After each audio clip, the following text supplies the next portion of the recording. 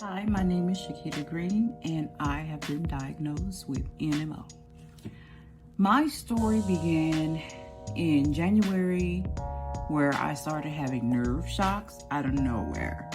By February, I had intractable nausea, and at that point, I stayed sick and throwing up for months.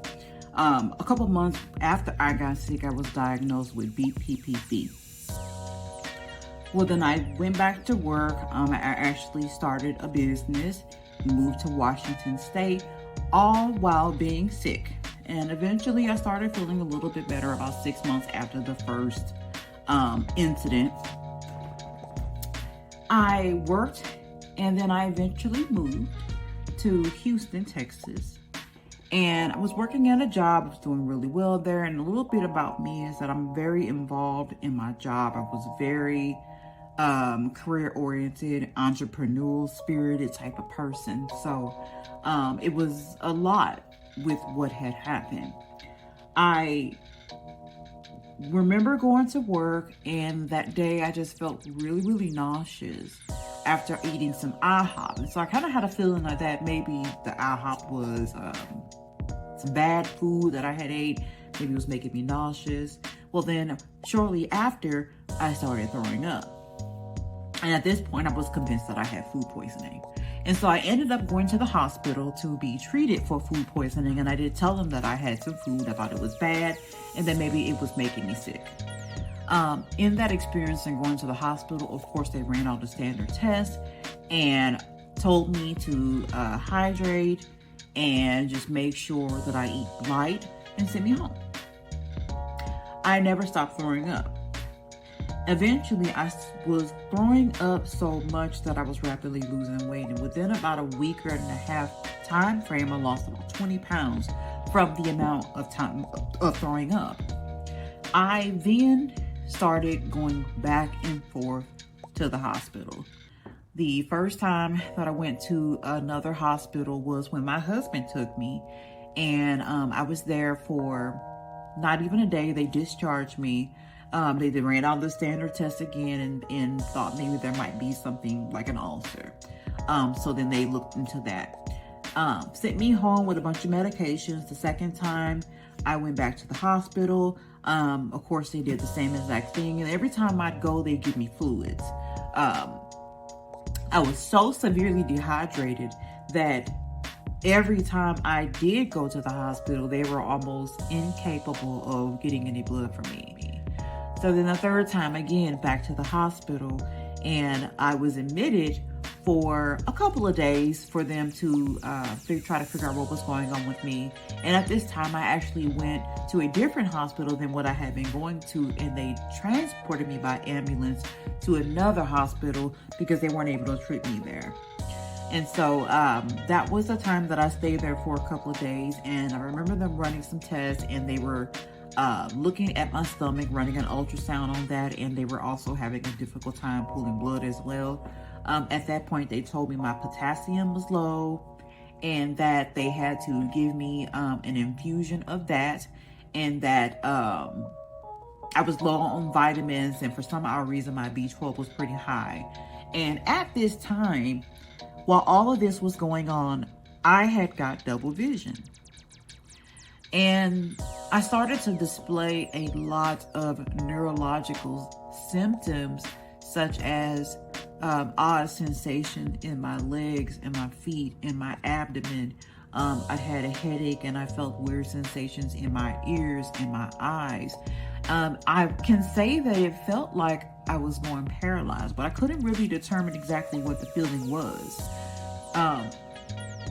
By the fourth time going back to the hospital, they admitted me for a couple days, and by this point, they couldn't figure out what was going on. And so the doctor, she was pretty aggressive with, me and, the constantly going back and forth to the hospital, and sent me home. She kind of got upset with me when, I questioned being constantly sent home and the neurological symptoms that I was having. She got upset and basically told me that there was no point in me staying in the hospital. And so I ended up going to go see an ear, nose, and throat specialist. And by this point, I was down 40 pounds. I was in a wheelchair because I was unable to walk due to weakness. I couldn't even stand up. I was also having the problems with the double vision, and I literally couldn't see. When I went to the ear, nose, and throat doctor, they ran all the standard tests, everything to try to rule out any possible conditions that I may have. Once she was done, she took me back in the room, and she said to me that, there isn't anything that I can find that's wrong with you that's related to your ear, nose, or throat. But I will tell you this. You need to go straight to the hospital from here. Do not go home. Do not go anywhere else. I will call over, and they need to run an MRI with contrast immediately. Of course, them saying that to me, I was absolutely terrified. I didn't know what to think. At this point, I was already feeling like, this was the end for me because nobody can tell me what was wrong. I thought that whatever mystery problem was going on was going to take me out. So we went back to the hospital. And at that point, as soon as I got there, they took me straight back into a room, got me set up, and did an MRI with contrast. They took me back to the room, and I waited there. After the results came back with the MRI, they then told me that there were lesions on my brainstem. And they were unable to tell me what the lesions meant. They mentioned to me that it might be possible that it's MS, but it didn't look like MS. And so I was left in the dark with that. At that point, they had a neurologist come and see me, and the neurologist ran some standard tests on me, checking my eyes, checking my feet. They put this machine on me to blow air and just trying to stimulate my legs because they were going numb. They also put a heart monitor on me, and they were going to measure my brain activity as well, which they actually didn't do, but I was started immediately on a dose of steroids via IV. I was scheduled to see a neurologist as soon as I got out of the hospital, and that stay was about 3 days. After that, I got out of the hospital.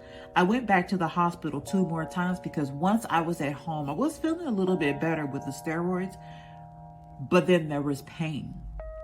This unexpected pain that started at the top of my head, and then it worked its way all the way down to my face. And within a couple of weeks, the pain was here, and it was so aggressive and it hurt so bad that the only thing that I could do was put ice, and every day I was crying. I probably spent 2 weeks with maybe 6 hours of sleep within that 2-week period. I did end up going to the hospital for that, and they diagnosed me with trigeminal neuralgia. I think I said that correctly. However, the facial nerves were being affected basically by my brainstem, and so they did tell me that the myelin sheath had deteriorated, and that may be where it's coming from. At this time, of course, I didn't really understand anything, and I really couldn't do a lot of research because I was unable to see. Once I had a chance to meet with my neurologist, she told me at that time, and I had a video visit with her, that I had NMO.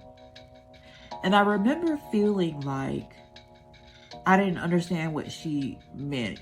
And it was kind of over my head. She could have told me I had cancer, and I probably would have felt the exact same way because I had already been through so much. I didn't understand. So then she proceeded to try to explain NMO to me briefly, and told me that she knew exactly what she needed to do, and that at that point she was going to start me on a regimen of medication, and that I needed to do all these things. So a couple weeks after that, I was set up, and eventually within about a month time frame, after her prescribing me steroids within that time frame as well, and she prescribed me Lyrica, gabapentin, quite a few medications that were weight gaining medications, and none of which actually worked to control any of the symptoms, unfortunately. But I did get started on immunosuppressants. I was started on Soliris. The Soliris, of course, does not treat the condition, but it did maintain it, and I did start to feel a lot better after receiving the immunosuppressants. Within 6 months, I felt like I was able to start walking a little bit on my own. And then unfortunately, I started to have some problems with my back, which they may have indicated at that time that I had a transverse myelitis attack due to the fact that my entire left side went numb. I was given a dose of 5 days steroids to control that situation. By December, the pain was so bad that I was referred to pain management. I maintained visits with the pain management until I was able to get a baclofen pump installed just this year in June to control the spasms, because they were so aggressive that I was unable to live any type of normal life. I got this surgery. I then still had levels of high pain, and they did add, pain medication to the pump as well. And so where I stand today, still in a wheelchair, and I can walk a little bit, mostly stand, and I could probably walk about, 10 feet. I have been left with some pretty severe bowel and bladder issues, as well as the bottom part of my stomach is not emptying as it should. There are also issues with severe constipation, and I do still have nerve damage. I still have the double vision, and I have the pain, particularly in the lower back. I also have a condition in which what people will call the MS hug. That's something that is a pretty frequent thing for me. I'm patiently waiting for it to go away, but it has not as of yet. I also have edema. There are a multitude of other things that I'm experiencing, but I will say this. I've turned to advocacy. And the reason why I decided to advocate is that I think back to when I was initially diagnosed and how I didn't know any information about NMO, and how it made me feel to be in that situation and to feel like I was alone. So with advocating, my thought is, while there is no personal gain, it's a bigger picture. Because the more people that are aware about NMO, and the more people that can be able to detect their symptoms early, at the end of the day, either 5 years or next year or 10 years down the road, that all of us collectively can say that we were part of finding a cure for NMO. And that's the main objective over everything. I am happy right now at the state that I am, because I do feel like I'm progressing, and I remain optimistic every single day that regardless of what's happening now, that I know that it could be worse. And I'm just going to continue to maintain that positive attitude, because if I don't, my survival through NMO will be absolutely terrible. And I am determined to have a good quality of life. Thank you.